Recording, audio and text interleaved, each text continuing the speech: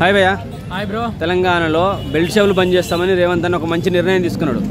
ఎంతవరకు సక్సెస్ అవుతుంది అనుకుంటున్నావు? ఖచ్చితంగా సక్సెస్ అవుతుంది బ్రో. అంటే మా కొన్ని విలేజ్లలో కూడా కొన్ని అంటే సర్పంచ్ ఇచ్చిన అనమాట, ఇట్లా కొన్ని విలేజ్లో జరగకూడదని కొన్ని విలేజ్లో అట్లాంటివి నడుస్తున్నాయి. ఇప్పుడు అదే సీఎం తీసుకున్నాడు అంటే అసలు దండాలయ్య, ఆయనకు దండం పెట్టాలి నిజానికి. ఎందుకు అంటే అసలు ఆ నిర్ణయానికి హ్యాట్సాప్. ఎందుకంటే ఎంతోమంది డ్రైవింగ్ చేస్తూ తాగి చచ్చిపోతున్నారు, ఎంతోమంది. నా ఫ్రెండ్ కూడా చనిపోయాడు. అంటే చాలామంది, ఎవరని కాదు, ప్రతి ఒక్కరు దానివల్ల చాలా మంది చనిపోతారు, సఫర్ అయిపోతారు. ఇంట్లో చాలా వరకు ఇట్లా ఉంటున్నాయి. కాబట్టి ఈ డిసిషన్ రేవంత్ రెడ్డి తీసుకున్నందుకు హ్యాట్సాప్. అంటే మనకు దీనికి ఇన్స్పిరేషన్ ఏంటంటే మన ఆంధ్రాలో కూడా జగన్ తీసుకున్నాడు కాబట్టి అక్కడ సక్సెస్ఫుల్ అయింది, ఇక్కడ కూడా సక్సెస్ కావాలి. ఎందుకంటే మన గ్రామ పంచాయతీలో నడవకుండా డైరెక్ట్ మండలంలో అది కూడా లిమిట్లో తీసుకోవడం, ఒకరికి 3-4 అట్లా. ఆ లిమిట్ ఎక్కువ తీసుకుంటే మాత్రం ఆయనకు ఉంటుంది, పొంగి బజాయించుడే ఉంటుంది. కాబట్టి మంచి నిర్ణయం తీసుకున్నాడు రేవంత్ రెడ్డి. విచ్చలవిడిగా గ్రామాల్లో అమ్మకుండా, అంతే విచ్చలవిడిగా అమ్ముతే ఎట్లుంటుంది బ్రో? ఇప్పటికి రోడ్ల మీద ఎట్లా తిరుగుతారు, అదంటే ఆ మైండ్ సెట్ అనేది పోయి మంచి లక్షణంగా మారుతుంది మన తెలంగాణ. బంగారు తెలంగాణ అనొచ్చు అప్పుడైతే పక్క. బెల్ట్ షాప్లు క్లోజ్ అయిపోతాయి ఖచ్చితంగా. ఇది నిర్ణయానికి మాత్రం అసలు ఆయనకు ఎన్నిసార్లు నమస్తే పెట్టినా సరిపోదు భయ్య. అంటే ఈ ఇచ్చిన 6 కాంక్షలకు ఇది వీటికి 6కు ఇది ఈక్వల్ నా దృష్టిలో అయితే.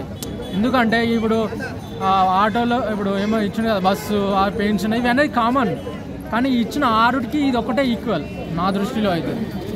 బంద్ అలా నిర్ణయం తీసుకోవటమే కాదు భయ్యా, దీన్ని పటిష్టంగా చూడాలంటే పెరగకుండా, షాపులు పెరగకుండా. ఎందుకంటే దానికి మనం కూడా సపోర్ట్ చేయాలి. విలేజ్లో ఉన్న ప్రతి ఒక్కరు, గ్రామ సర్పంచ్లు, గ్రామ ఎమ్మెల్యే, మన మండల ఎమ్మెల్యేలు, జడ్పీటీసీలు, వీళ్ళందరూ కూడా సౌకర్యం ఉండాలి ఖచ్చితంగా.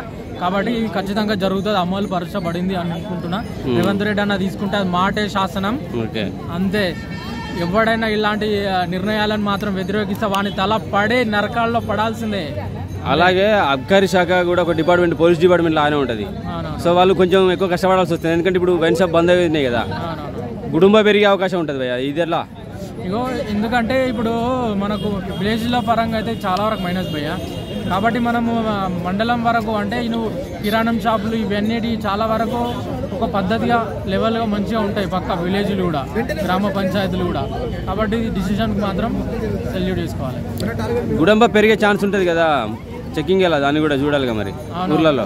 ఖచ్చితంగా చేస్తారు, చెక్కింగ్ కూడా జరుగుతూ ఉంటుంది. దానికి మనం కూడా సపోర్ట్ చేయాలి.